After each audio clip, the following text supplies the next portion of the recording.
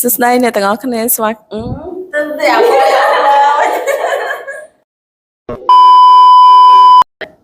មន៍អ្នកទាំងអស់គ្នាមកកាន់ vlog ថ្មីរបស់ខ្ញុំថ្ងៃហ្នឹងថ្លៃតិចទេដោយសារគៀកចូលឆ្នាំអញ្ចឹងខ្ញុំមានអីចង់សួរទៅកាន់មិត្តរួមការងារខ្ញុំតោះទាំងអស់គ្នាទៅមិត្តសួស្តីបង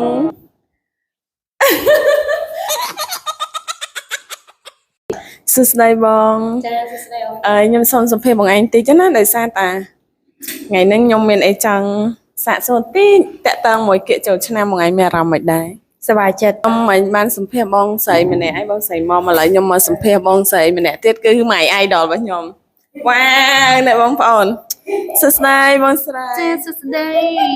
ស្រីចាសួស្តីមានអារម្មណ៍ថារំភើបញាប់ញ័ររោរាព្រឺព្រួចហ្មងណាអារម្មណ៍ថាសប្បាយពួកបានចិត្តទៅស្រុកក៏អញ្ចឹងតែយើងបានជួបជុំគ្រួសារទៅសប្បាយចិត្តហើយក៏រំភើបដែរព្រោះបានទៅស្រុកបានជួបកូនជួបគ្រួសារអញ្ចឹងទៅមានអារម្មណ៍ថាសប្បាយចិត្តមានអារម្មណ៍ថារំភើបព្រោះអីចិត្តបានទៅស្រុកសប្បាយបងយ៉ាសប្បាយហើយមើលសួរអារម្មណ៍តិចមិននៅស្រុកឬនៅកន្លែងធ្វើការភ្នំនៅវត្តភ្នំបាត់ហើយបងប្អូនទៅស្រុកមុនបាទនៅស្រុកអីឥឡូវហ្នឹងនៅផ្ទះបាត់ហើយហ្នឹងគឺនៅស្រុកហើយអូស្រុកបងទៅស្រុកបាត់ហើយបងឯងមានអីចង់ជូនពរឬក៏ចង់និយាយពាក្យទៅកាន់មនុស្សដែលយើងជាទីស្រឡាញ់របស់យើងអត់បងយើងធ្វើការឲ្យមាន team work ច្រើនអញ្ចឹងមនុស្សជាទីស្រឡាញ់របស់យើងគឺ team work ហ្នឹងហើយគឺថាជួបគ្នាសឹងរាល់ថ្ងៃនិយាយទៅរាល់ថ្ងៃហើយនៅបានយូរនៅនឹងយូរជាងបងប្អូនទៀតអញ្ចឹងណាមានថាពេលវេលាជួបគ្នានឹងវាច្រើនអញ្ចឹងវាច្រើនក៏ត្រូវទៅស្រុកដូចឯងអញ្ចឹងដែរអញ្ចឹងជូនពរអូនក៏ដូចជា team work យើងទាំងអស់គ្នាធ្វើដំណើរទៅស្រុកហ្នឹងជួបតែសុវត្ថិភាពហើយធ្វើដំណើរតាមផ្លូវហ្នឹងជួបតែរឿងល្អហ្នឹងហើយជួបជុំបងប្អូនហ្នឹងឲ្យសុបាយទាំងអស់គ្នាសុបាយទៅចាបងចាឲ្យពួកគាត់មានសុខភាពល្អហើយរកស៊ីមានបានអីអញ្ចឹងណាជូនពរឲ្យគ្រួសារមានសុខភាពល្អអីចឹងហើយណាមួយមិត្តភក្តិយើងទាំងអស់គ្នាក៏ចង់ជូនពរឲ្យទៅស្រុកធ្វើដំណើរដោយសុវត្ថិភាពទាំងអស់គ្នាដែរពាក្យជូនពរគាត់ឲ្យសុខសប្បាយហើយមានសុខភាពល្អក្នុងឱកាសបុណ្យចូលឆ្នាំខ្មែរហ្នឹងមានតែ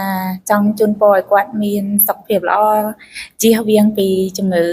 ផ្សេងអញ្ចឹងណាហើយចង់ឲ្យគាត់សុខចិត្តតែប៉ុណ្ណឹងឲ្យគាត់រកស៊ីមានបានហេងទាំងអស់គ្នាអញ្ចឹងសូមជូនពរឲ្យធ្វើដំណើរប្រកបដោយសុវត្ថិភាពសូមឲ្យ